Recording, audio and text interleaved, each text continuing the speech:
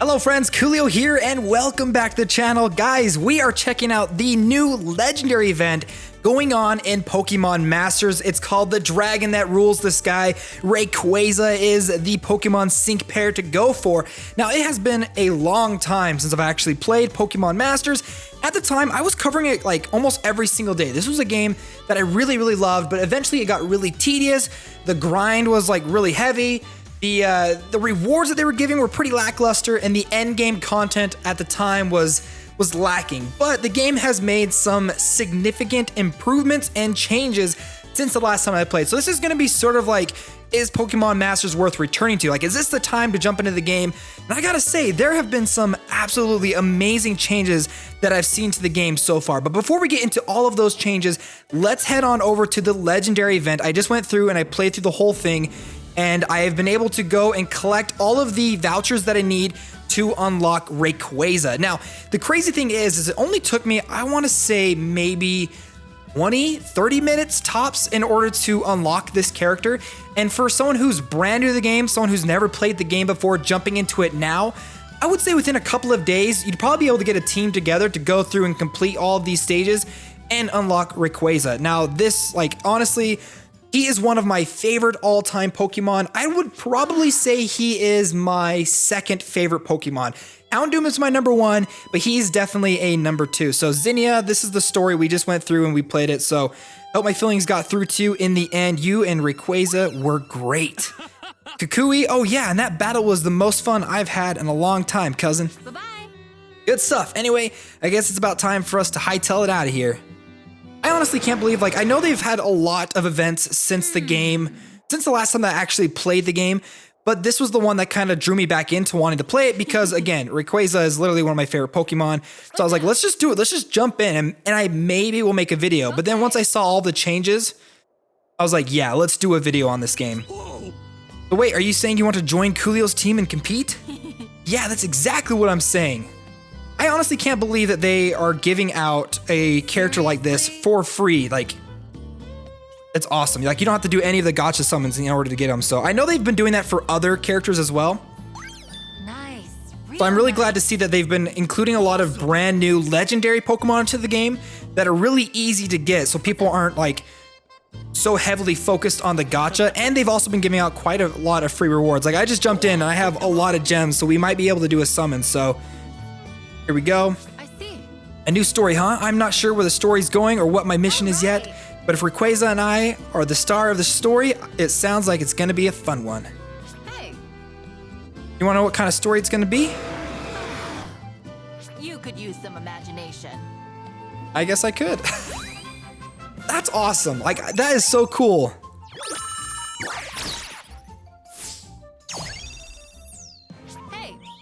Zinnia and Rayquaza, 5-star Pokemon sync pair.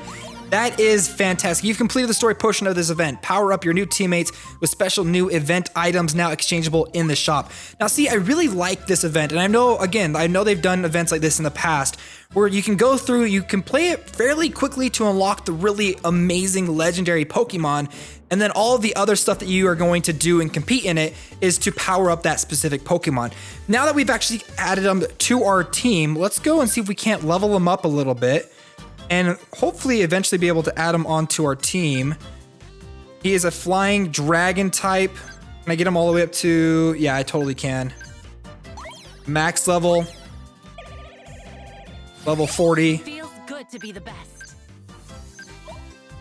The sync pair has reached its current max level. Its level cap must be unlocked. Yeah, we can jump over. Can we? Oh, we don't have enough right now. So I'm gonna have to go through and get some more of those. These ones are specific custom buff blends that you have to get for that specific Pokemon, which again, that's stuff that you can get just by playing through the event. So again, I love that. The fact that you can get the Pokemon that you want and then you can spend the rest of the time just kind of powering and upgrading them. Now, one of the biggest differences that the game has showed since the last time I played is something known as the sync grid. This is sort of a high-end progression, sort of a horizontal progression for your Pokemon sync pairs once they've started kind of getting into the higher level cap. Now, the way that this system works, let's go on over to Gary, or to Blue and Pidgeot. Now this is a grid, and my Pidgeot, I believe, has 15 sync orbs that I can now use to go and unlock any of these specific grids, okay? Now the way that you end up getting these sync orbs is as you're playing through the game, there is a random chance that when your Pokemon sync pair are about to activate their sync move, that a sync orb will appear that you can then collect once the stage is over with. Now every time I've done it, I've collected 5 sync orbs, and so we've actually gotten a decent amount right now. Now there's a difference between 2 of them. There are sync orbs that you can get for single player, so single player sync orbs, and then there are co-op ones. I believe the co-op ones are used for probably higher end tiles that you can unlock, but what we're gonna do is we're gonna go ahead and unlock this one. And we just unlocked the sync pair for special attack. Anything else that we can go? Yeah, we can unlock a couple more. Let's do speed.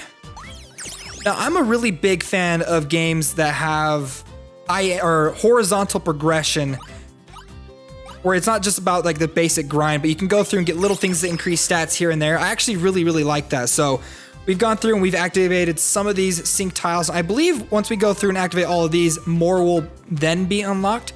But I still think like I really, really like this system. A really fun, kind of, you know, something you can kind of take your time at to level up and progress your Pokemon sync pairs. That's something that was brand new and honestly surprised me, and I actually really like that system.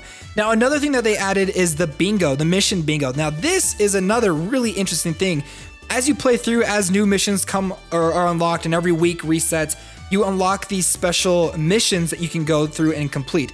Now, I've got this one right here, the Mission Bingo Intermediate. Now, I've collected all of them except for this one, which wants me to go and learn a specific move for Erica and Vileplume. So we're gonna head back home, go to our teams, and we're gonna go and unlock a move for Erica and Vileplume. Here we go, you learned a new move. Let's head on back. Head back to our Mission Bingo, and we've collected it. Bingo times 8, and we got Blackout. And we got 3,000 gems. Like the first time I did it, my first Mission Bingo gave me 3,000. This one gave me another 3,000. It's crazy. Like one of the biggest problems that I had with the game was the lackluster rewards that you would get playing through the missions. But now that you have all of these ones, and like even if you've done missions in the past, it will give you those rewards like almost right away. So in order for me to do this and complete these missions, I only have 2 left. And I'll get a whole bunch of gems. Like it absolutely blows my mind that they've added these little things here and there to help progress your overall Pokemon sync pairs.